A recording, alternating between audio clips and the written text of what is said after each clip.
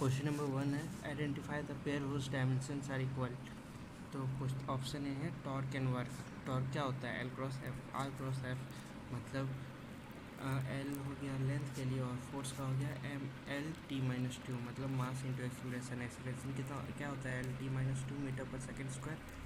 तो ये हो गया, ये आया M L square T minus two इसका डायमेंशन। अब वर्क होता है F dot D S F dot S, F भी ये हो गया, ये भी फोर्स और ये लेंथ, तो आ गया सेम ये दोनों का। वही पूछा था question, whose dimension are equal, तो टॉर्क और वर्क का सेम डायमेंशन।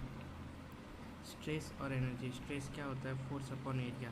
स्ट्रेस का फोर्स का फॉर्मूला डाल दिया M L T minus two और एरिया हो गया एल स्क्वायर, तो ये आ गया स्ट्रेस का डायमेंशन। और एनर्जी का हो गया, एनर्जी कितना होता है? जितना वर्क एनर्जी जितना रहेगा उतना ही वर्क कर पाएंगे, इसलिए एनर्जी इक्वल टू वर्क होता है, work equal to F dot S. तो ये एनर्जी का आ गया, तो ये दोनों इक्वल नहीं है, इसलिए ऑप्शन नहीं होगा। और फोर्स और स्ट्रेस का ऊपर हम लोग किए हुए हैं और फोर्स और वर्क का ऊपर किए हुए, ये दोनों सेम नहीं है, ये दोनों सेम नहीं है, तो ऑप्शन ए हो जाएगा, टू टॉर्क और वर्क। क्वेश्चन नंबर 2 है dimension of 1 by mu naught epsilon naught. तो हम लोग आगे जाके पढ़ेंगे कि सी होता है 1 by root under mu naught by epsilon naught. तो सी क्या है? सी है स्पीड ऑफ लाइट।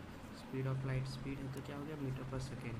और ये 1 by mu naught epsilon not होता है, दोनों तरफ स्क्वायर कर देंगे तो सी स्क्वायर हो जाएगा। C square equal to 1 by mu naught epsilon not.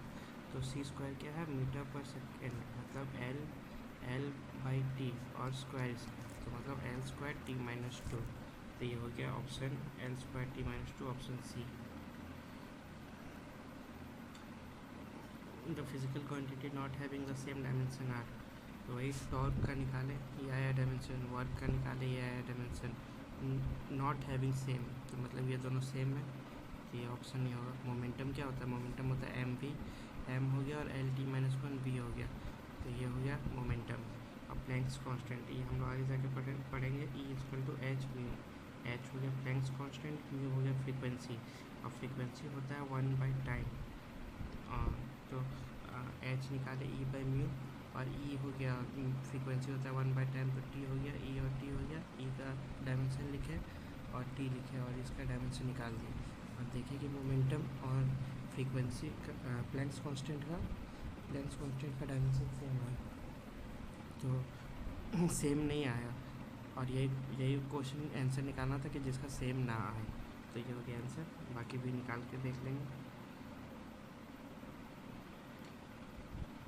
Stress F upon ए, ये फोर्स का, और एल स्क्वायर एरिया का, तो आ गया स्ट्रेस का। यंग्स मॉडुलस होता है F by A delta L by L, delta L by L, L तो कट जाएगा, दोनों सेम रहेगा, तो एफ और ए का डायमेंशन करके ये आया, और ये दोनों सेम है, तो ये भी ऑप्शन नहीं होगा।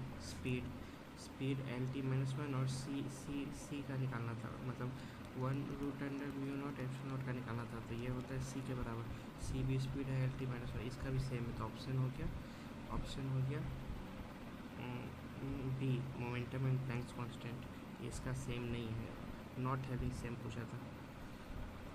क्वेश्चन नंबर 4 हो गया, which one of the following represent the correct dimension of coefficient of viscosity.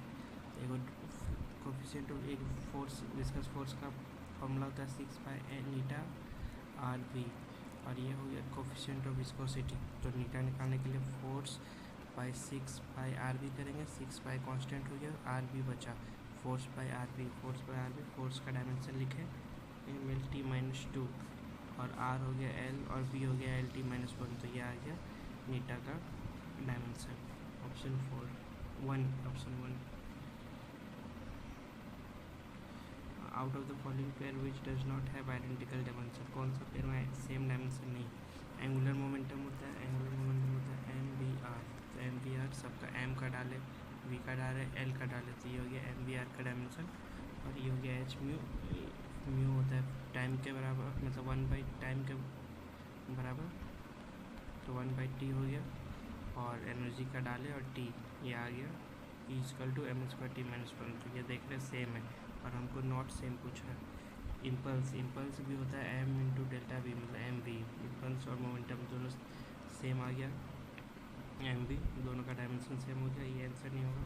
Moment of inertia होता है एम आर स्क्वायर, तो एम एल स्क्वायर, तो एम एल स्क्वायर हो गया, एम एल स्क्वायर हो गया इसका डायमेंशन। और मोमेंट ऑफ फोर्स मतलब आर क्रॉस एफ, आर का आर हो गया और फोर्स का हो गया M L T minus two, और ये हो गया ये दोनों डिफरेंट आ गया। और यही क्वेश्चन पूछा था कि दो को डायमेंशन जिसका अलग हो, ये हो गया ऑप्शन सी। डी भी देख लेते हैं, वर्क एफ डॉट एस, तो ये हो गया M L T minus two, और एस ये आ गया वर्क टॉर्क का भी एल क्रॉस एफ, एल और फोर्स का डालें तो ये आ गया M L square T minus two, मतलब ये दोनों भी सेम है, ऑप्शन सी हो क्योंकि इसका दोनों का डायमेंशन अलग है।